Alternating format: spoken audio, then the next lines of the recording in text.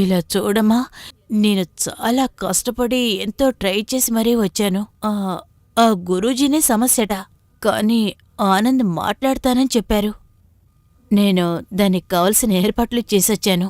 నారాయణన్న చెప్పారంటే అది ఖచ్చితంగా నిజమై ఉంటుంది. మనం దాన్ని వెళ్ళనిస్తేనేగా వెళ్తుంది. నేను వెళ్ళనివ్వను.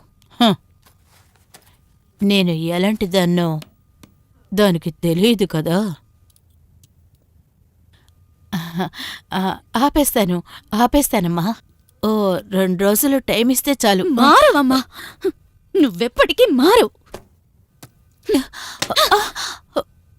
అదృష్టం బాగుంది, అది ప్లాస్టిక్ బాటిల్.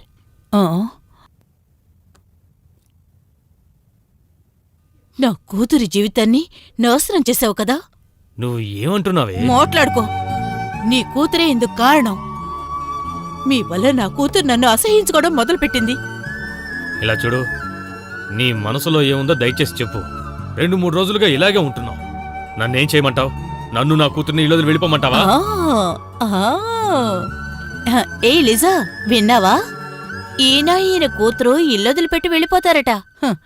ఎక్కడికి వెళ్తారు? నడివీధిలోకా? ఎక్కడ పడుకుంటారు? బస్టాండ్లోనా?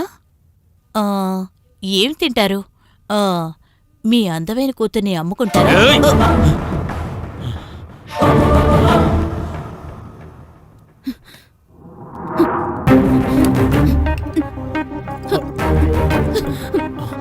అమ్మా లిసా, ఏం చేస్తున్నావు?